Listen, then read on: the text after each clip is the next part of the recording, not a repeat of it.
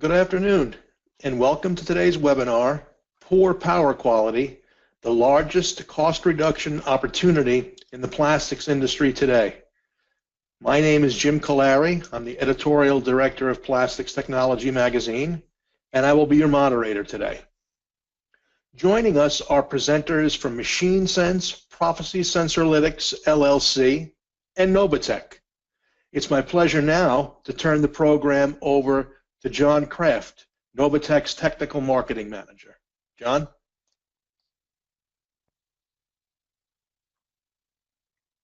Thanks, Jim. And we want to thank Plastics Technology for providing the opportunity to discuss the power quality issue with our friends in the plastics industry. We want you to know that we welcome your questions. During your presentation, please minimize the box on the right-hand side of your screen using the button at the top of the box. If you have a question, please open that box and type your question in this area on the right. At the end of each section of the presentation, we will respond to your written questions. Thank you. Our presenters today are Jim Zinski, President and COO of MachineSense LLC, and Fred Eichhorn, Electrical Controls Manager at Novatech Incorporated. Jim Zinski joined MachineSense as President and Chief Operating Officer in March 2017. He has been an integral part of product development and market alignment for MachineSense. Prior to his appointment, Jim was Senior Vice President, Product Technology at Novatech. His responsibilities included strategic planning, product management, and R&D for pneumatic, conveying, and central control product lines, plus application authority for engineered systems, industry webinars, and resource training. Jim's previous experience includes key engineering and product management roles with other major equipment suppliers to the plastics industry. He earned his MBA from Carnegie Mellon University and his BSME from the University of Pittsburgh. Fred Eichhorn has over 25 years experience in automation and electronics manufacturing equipment. With his EE degree and extensive experience in controls and power quality, Fred brings a dynamic level of expertise to the MachineSense product team and has been heavily involved in product development, testing, and manufacturing. Fred's previous experience includes custom machine design and building of industrial equipment in multiple industries. He earned his BSEE from University of Maryland, College Park. Poor power quality is a bit like death and taxes. It is inevitable, no matter what kind of business you have or type of products manufactured. But many people don't even know they have power quality problems, and even if they suspect it, they don't know how to identify where the problems lie or how to diagnose the type and severity of the power quality issues. Yet they keep replacing machine components and experiencing production delays. Jim and Fred are going to explain different power quality issues and how you can use a very economical tool for the diagnosis. Jim, do you want to start the discussion? Thanks, John, and I'd like to thank the listeners for attending our webinar as well today. So let's get right to the heart of the question here. Why is power quality important? Well, first and foremost, power quality issues cost the plastics industry approximately $9.6 billion annually. That's a lot of money. That's a lot of cost coming away from a lot of bottom lines. The study also showed that 80% of power quality issues are actually created by conditions that are found inside of those industrial facilities. So what does that mean? It means first there's good news, so those issues are diagnosable and preventable, but there's also bad news because these problems are frequently misunderstood and ignored. So Fred is going to help us understand why that is. It's complicated. You may recognize a lot of these symptoms here, burnt motor windings, burnt transformer windings, blown capacitors. They may be in VFD drives or in electrical components, malfunctioning devices. People believe what they see. The perception is that this is caused by poor part quality or faulty machine design. The reality is that there may be something they can't see that is causing these component failures. If this is repeatedly occurring, this is often a symptom of poor power quality. Fred, we need to help our listeners understand what they need to know to recognize and diagnose these symptoms and causes for themselves, even if they're really complicated. Since you're an accomplished electrical engineer, sometimes you explain things using terms and illustrations that can be a bit confusing, though. Oh, okay, Jim, I get the point. When I use terms like sags and swells, voltage and current imbalances, power factor, etc., I do get a lot of blank stares. So we hope that the simplified analogies we've prepared will help the non-electrical engineers in our audience understand the terminology and the key concepts that they need to know. Later, we'll also tell them about an inexpensive and extremely helpful tool that can help. Sounds good, Fred. Here's your first chance. We'll start with something simple. Tell us about voltage sag. Voltage sag is a momentary decrease in voltage, resulting in 10 to 90% of nominal voltage lasting from 1/2 a cycle to 60 seconds. Wait a second, Fred. So half a cycle doesn't sound like much. So how can that be a problem? You're right. Half a cycle is 1/120th of a second, but it's plenty of time to cause some electronics to restart. This can cause hours of downtime in restarting of equipment in an extrusion line, for example. Causes of voltage sag are large motors starting, cycling of machinery, basically any type of large load that is starting. Consequences are the equipment might pull excessive current loads, which may lead to fuses or breakers tripping, and again, voltage sags that may also result in electronics restarting. So the analogy we chose for voltage sag is a shower scorch. You're enjoying yourself, having a nice shower in your house, someone in another room flushes a toilet, and lo and behold, next thing you know, you have maybe a little lack of water and a nice hot water on you. The opposite of a voltage sag is a voltage swell. Voltage swell is a momentary increase in voltage. In this case, voltage is 110 to 180% of nominal voltage, lasting from half a cycle to 60 seconds in duration. Greater than a minute is called an over voltage condition. This may be caused by high incoming voltage into your plant or from other means. At Novatech, for instance, we see close to 500 volts on our 460 volt three-phase, since we're right next to the main power grid. Some causes to voltage swells are reactions to sag conditions, large motor stops, and cycling of machinery. Some consequences of voltage swells are a breakdown of power supply components, hardware failure due to overheating, and electronics damage, typically due to failing capacitors. Our analogy for voltage swell is water hammer.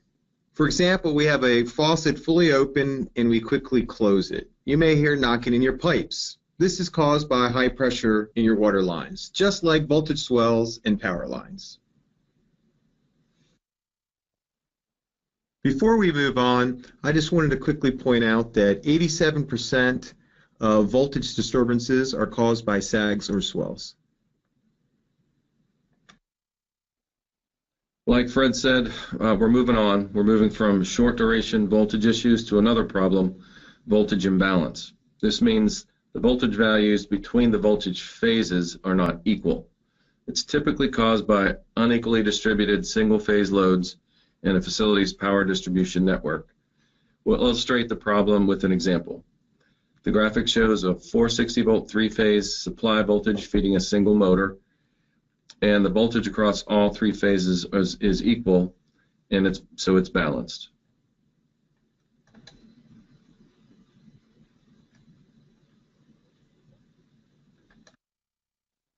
The voltage distribution changes when a single phase load is added to phases 1 and 2. The 460 volts is transformed down to 120 volts single phase for the receptacle plugs. The extra current load on phases 1 and 2 reduces the voltage available to all devices. This is shown in the bar graph besides the motor, and the result is a minor voltage imbalance at the motor. More single-phase loads are added, and they all are connected to phases 1 and 2. The increasing current loads reduce the available voltage for those phases even further. The bar graph reflects a significant difference in voltage values, and the result is a significant voltage imbalance at the motor. To correct the imbalance, the single-phase loads can be redistributed among all three phases. The current load on each phase is more balanced now, so the voltage difference subsides. The bar graph now reflects similar values, and the voltage imbalance at the motor is minimized. Thanks, Jim. You'd be surprised over the years how many times I've seen this uneven load distribution on three-phase lines causing voltage imbalances in plants, and how many pieces of equipment and component failures as a result of that. Some of the consequences of voltage imbalances are current imbalance, VFD and electronics malfunction, and temperature rise in motors, transformers, and hotspots or uneven temperatures in heater banks. What appears to be a small 5% voltage imbalance causes a very large 50% increase in temperature rise in a motor, for example. This is significant to the operation of a motor. This increase in temperature can cause insulation in the windings to break down, resulting in internal shorts causing higher amp draws, more imbalance, and higher temps, resulting in a snowball effect leading ultimately to a failed motor.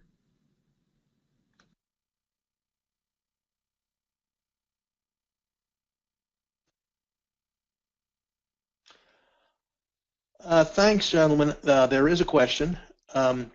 It sounds as though sags or swells are equally problematic, but a swell is more likely to damage a machinery component. Would that be accurate?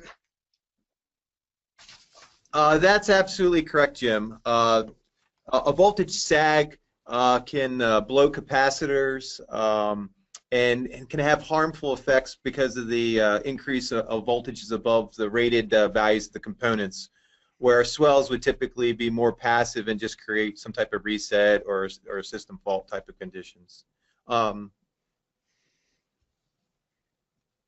Okay, that's the only question we have at this point.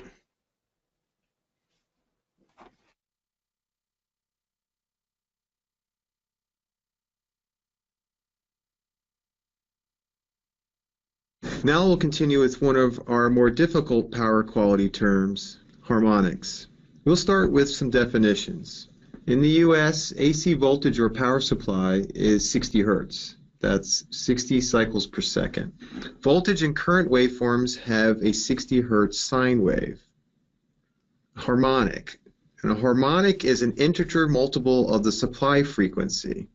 So as we mentioned, in the US, we have 60 Hertz. That's the fundamental frequency. So a second harmonic is 120 Hertz. Linear loads, such as simple motors and incandescent lights, have a constant impedance or electrical resistance and consume all supplied energy, i.e. the voltage and current waveforms look similar and cause no harmonic distortion. On the other hand, nonlinear loads, loads that switch on and off faster than the fundamental frequency, i.e. loads that do not draw current during the entire waveform, create distorted power usage waveforms with unconsumed energy, as shown in the illustration to the right. This results in harmonic distortion. Harmonic distortion dissipates as heat in surrounding electrical components. In this example, heat builds up cycle after cycle into the motor, creating elevated temperatures.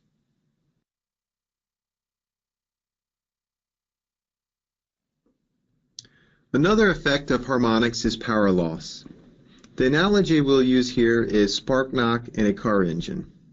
In normal combustion, the spark plug ignites the fuel, resulting in a flame front that reaches the piston near top dead center. This results in full power transfer. In premature combustion, a hot spot in the engine's combustion chamber causes a flame front that pushes against the piston before it reaches top dead center, reducing shaft rotation and reducing engine power.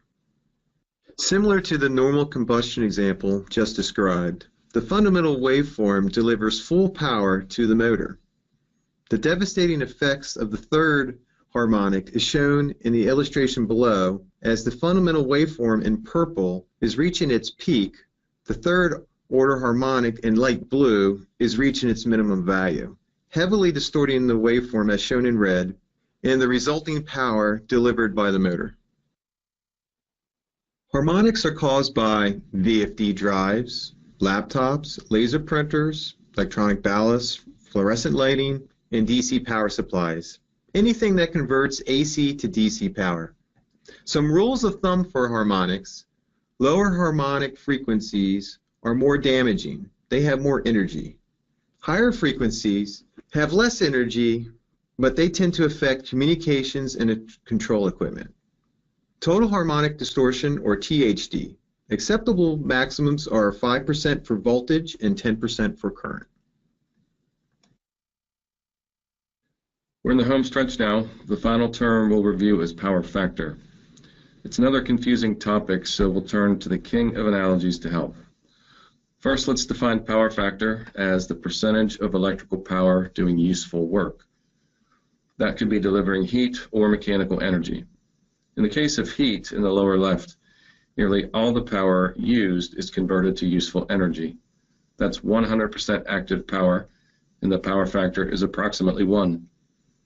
Comparing this to a draft pint glass carefully filled to the top with your favorite beer, the entire glass delivers 100% useful refreshment and 0 foam, so your satisfaction factor is 1. Now we'll look at useful work done as mechanical energy when power factor does vary.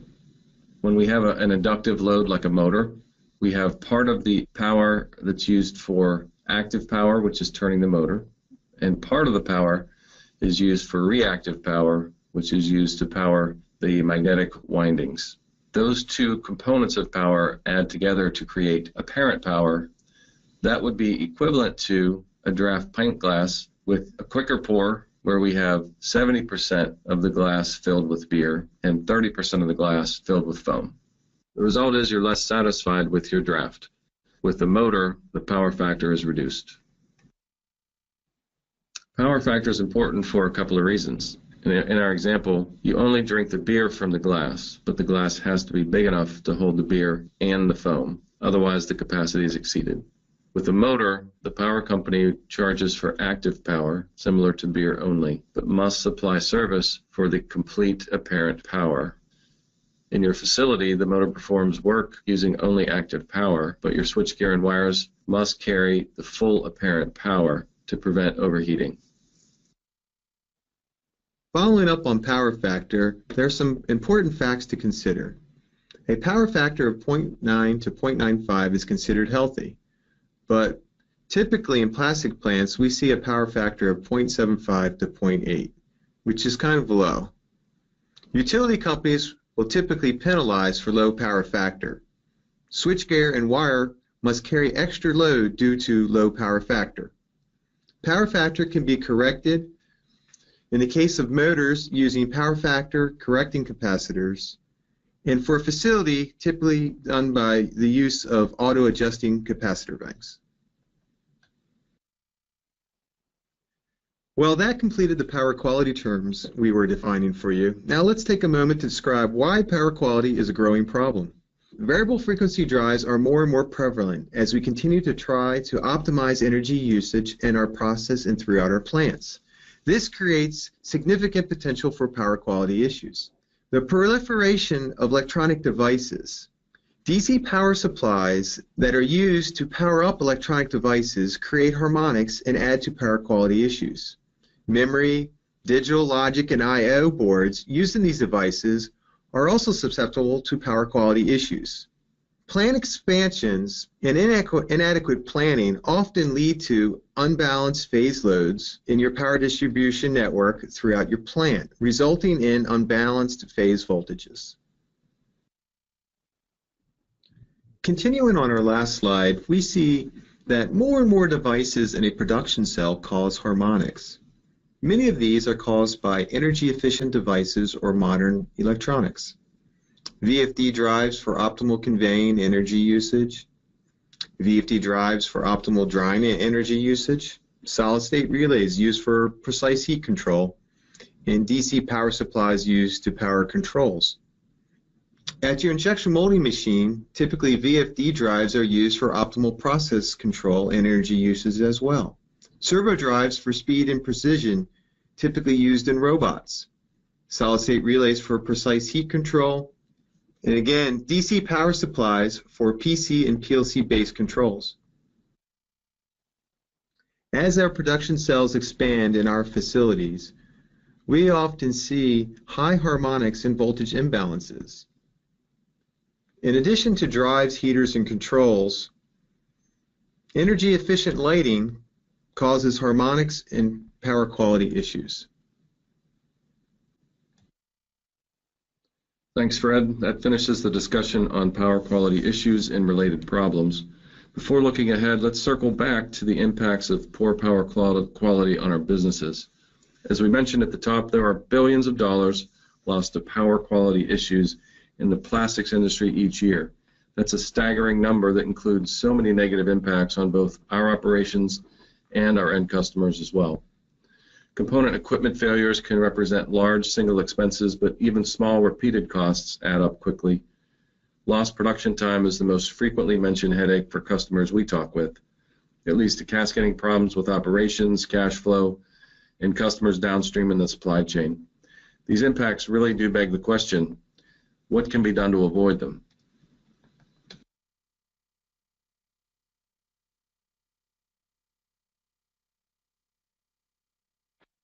Fred, before you talked a little bit about power quality problems being typical in the case of a plant expansion. You also mentioned injection molding machines. I'm kind of curious, have you come across issues where maybe a plant hasn't necessarily expanded, but they've gotten rid of hydraulic machines and they've replaced them with all electric machines? Do they typically see power quality issues as a result of that? That's a good question, Jim. Yes, actually, I have recently, over the last, I'd say over the last 5 to 10 years, I've seen a few cases of that. No doubt that getting away from the hydraulic machines and going to those all electrics really help your process. And that's one of the things that we're talking about, is that some of this is being seen more now because of that fact. So, you know, you're trying to be more process orientated and trying to, you know, reduce your rejection rates and you know, have better quality, you know, maintaining more constant pressures and speeds, and the all electric machines are great for that. But of course, at the same time, as mentioned a little bit with the variable frequency drives that are involved, and some of the larger electrical loads that are requirements as well, versus before, because the other energy was being used from other utilities, such as, you know, electrics or some pneumatics and certain equipment as well. Not as much in the case with injection molding machines, but with going to more and more electric, yes, that's putting more stress on the existing infrastructure in that particular plant. And I have seen some issues with some older controls that were in an existing customer's facility. And after making some upgrades, they started experiencing some problems, and so we were trying to say, you know, what has changed? Oh, nothing's changed. You know, we haven't done anything. And then after going on site or those type of things, we've been able to troubleshoot that was actually indeed the problems. Yes. Thanks. All right, I don't see any additional questions, so you can resume with the presentation.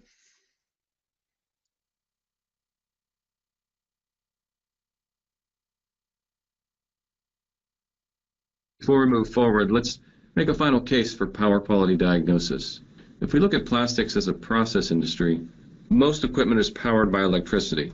And that may be true in many industries, but in plastics, large and expensive motors, drives, and heavy heat loads drive the cost of electricity to be a large part of the end product cost, often second only to raw material. So good power quality is vital to maximizing uptime and to minimizing product cost to improve the bottom line. Power quality problems happen in our own buildings. If you remember, 80% of power quality problems are created inside our own factories. So you can manage those problems before they manage you. And it's critical to map key power grids just like any other process in your business, whether it's a utility like water, an auxiliary process like material handling, production issues, or logistics. None of them are successful by accident. Most of those are planned routinely and planned very carefully. It shouldn't be any different with something as important as power. Jim, power quality diagnosis certainly makes sense, but it hasn't always been so easy. Several tools are required, such as an oscilloscope, current and voltage meters, a Harmonics spectrum analyzer, and an AC voltage tracer. Many plants do not have all of these tools, and the price for these items certainly adds up. Limitations of traditional diagnostic methods. Typically, the tools are on-spot devices, handheld instrumentation that sample at intervals while someone is operating them. It requires resources and time to collect data. Typically, this is done by a third-party vendor.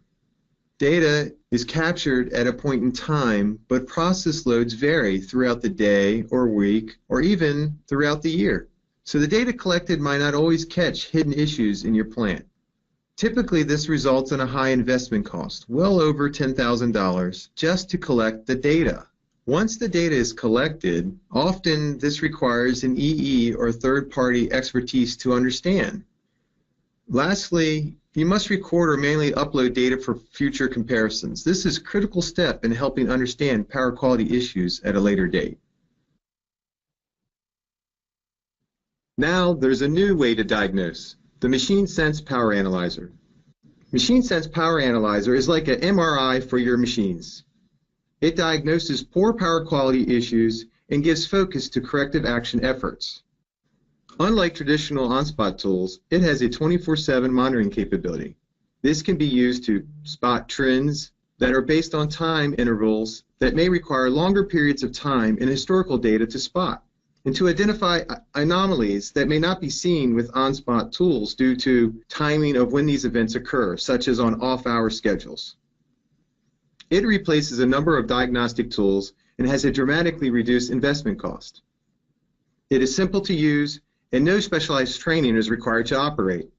It leverages the latest in the industrial Internet of Things technology and can be installed in about 30 minutes. How the Power Analyzer works. At the center of our MachineSense Power Analyzer product is our main control box, which includes current toroids for each phase of power that can easily be clamped on to existing motor leads or other loads. An internal data hub is included for data collection and communication using traditional RJ45 Ethernet connections or via Wi-Fi to a standard router, which connects to the cloud. This is at the heart of where our analytics and diagnostics are performed. Crystal Ball, our visualization package, can be viewed via web pages using a standard web browser or an app form installed on a phone or tablet. Here's a brief look into how easy it is to install a MachineSense Power Analyzer. First, install current toroids around power supply lines. They simply clamp over the power lines to be monitored. Then install voltage leads at supply terminals. They are color-coded, red, blue, and black, for easy phase identification. And finally, connect Power Analyzer to a voltage supply. It runs off of 24-volt DC, 115-volt, or 230-volt AC single phase. Thanks, Fred. Once the unit's installed, it's just as easy to use. With a web browser, simply navigate to the MachineSense Crystal Ball online portal, register the Power Analyzer, and you'll have access to the Power Analyzer dashboard. The first gauges you'll notice are diagnostic analytics. They use intuitive icons to illustrate the condition being diagnosed from the Power Analyzer data. Status is easy to see through green, yellow, and red background colors. Standard power diagnosis gauges include current and voltage imbalance, voltage sag and swell, plus a machine utilization gauge that indicates machine on time and operation under load for motors. Predictive analytics gauges are also available. They interpret the power data and trends to provide an indication of the electrical component health. For motors, bearing condition and stator winding condition are predicted based on advanced, scientifically proven algorithms. For multi-element heater banks, individual element failure is predicted, along with the electrical phase supplying power to that element. Finally, there are traditional power monitor dashboard gauges that display updated power data. Parameters tracked include voltage and current RMS values, power factor and active power, plus voltage and current total harmonic distortion values. 24-hour minimum and maximum values are also shown for quick directional feedback on recent power quality conditions.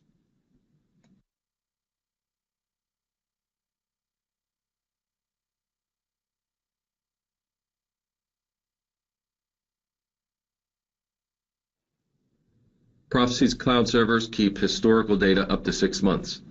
This allows for built-in trend reports that allow you to identify power quality patterns or anomalies over time that can assist root cause analysis of unexplained downtime or malfunctions.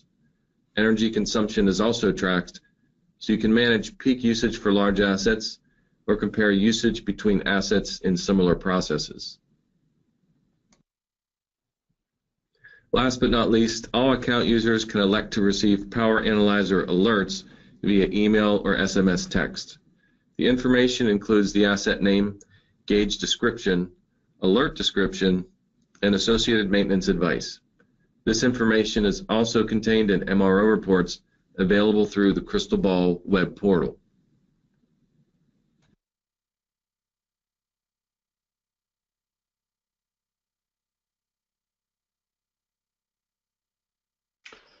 Fred, do you have any of these in the field, or are you going to discuss that next?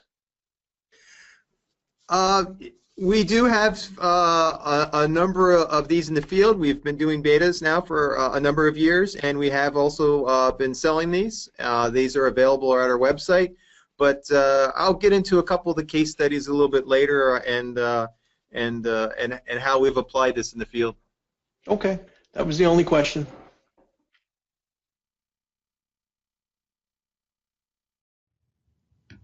And now we'd like to discuss some case studies about actual MachineSense Power Analyzer customers and how they were able to easily diagnose their power quality issues. First, we'll talk about an extrusion film facility which was experiencing supply power shortages. Symptoms.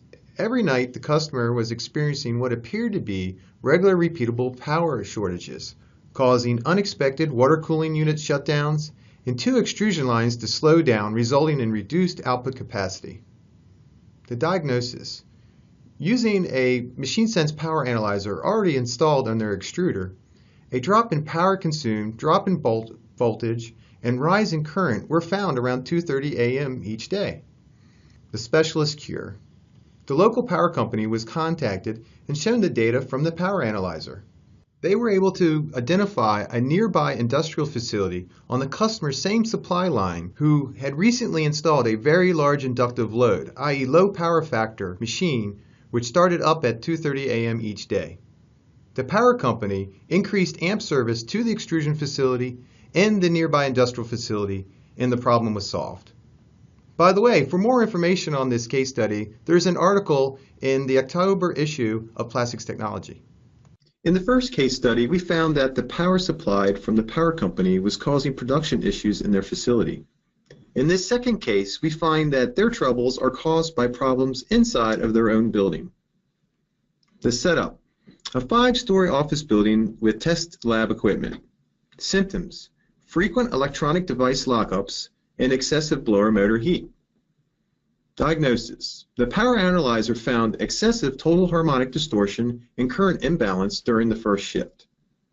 Specialist cure: an engineer reviewed their wiring diagrams and identified that the majority of single-phase loads were tied to one of their 3-phase power supply lines.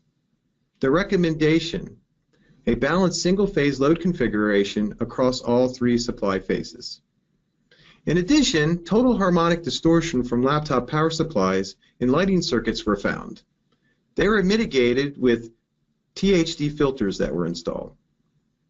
Note, using vibration analysis, we're able to confirm that the signs of unbalanced shaft loading caused by their electrical issues were mitigated after the recommended fixes were installed.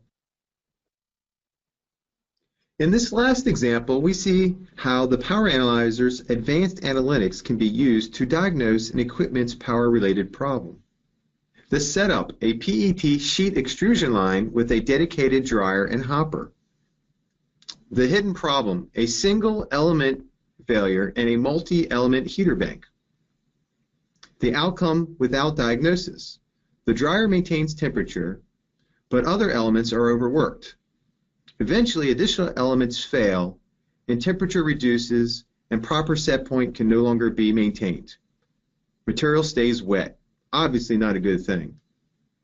Product is scrapped, unplanned downtime to repair the dryer is required, additional spare parts costs are incurred, frequently overnight air charges as well as lost revenue and missed deadlines are a result. This type of scenario is common.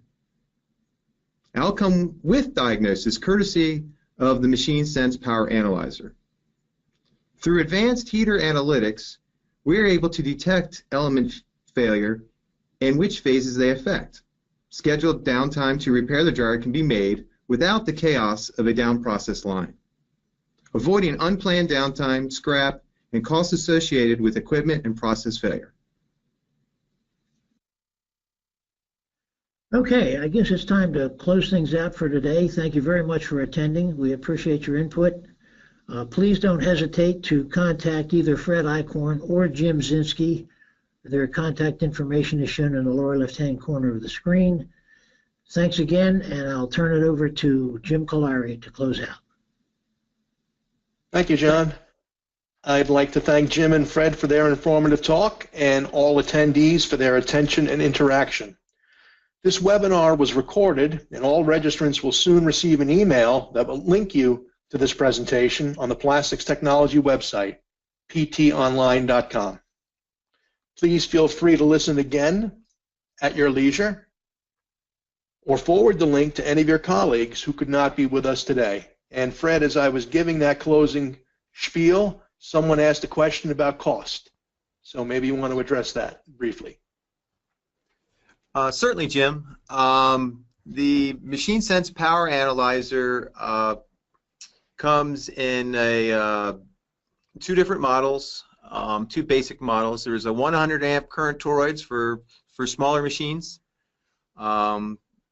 Well, some people may call smaller machines, but 100 amp, and then 300 amp model for larger. The 100 amp unit is $11.95. and the 300 amp is $12.95. And that will come with the products that we showed earlier: the analyzer, the three toroids, the data hub, all the different parts we're showing, the visualization with the analytics, etc. And it comes with 6 months of training, storage capability, etc. Okay, thank you. I don't see any additional questions in the queue. So this concludes our webinar. Once again, thank you for joining us. Goodbye.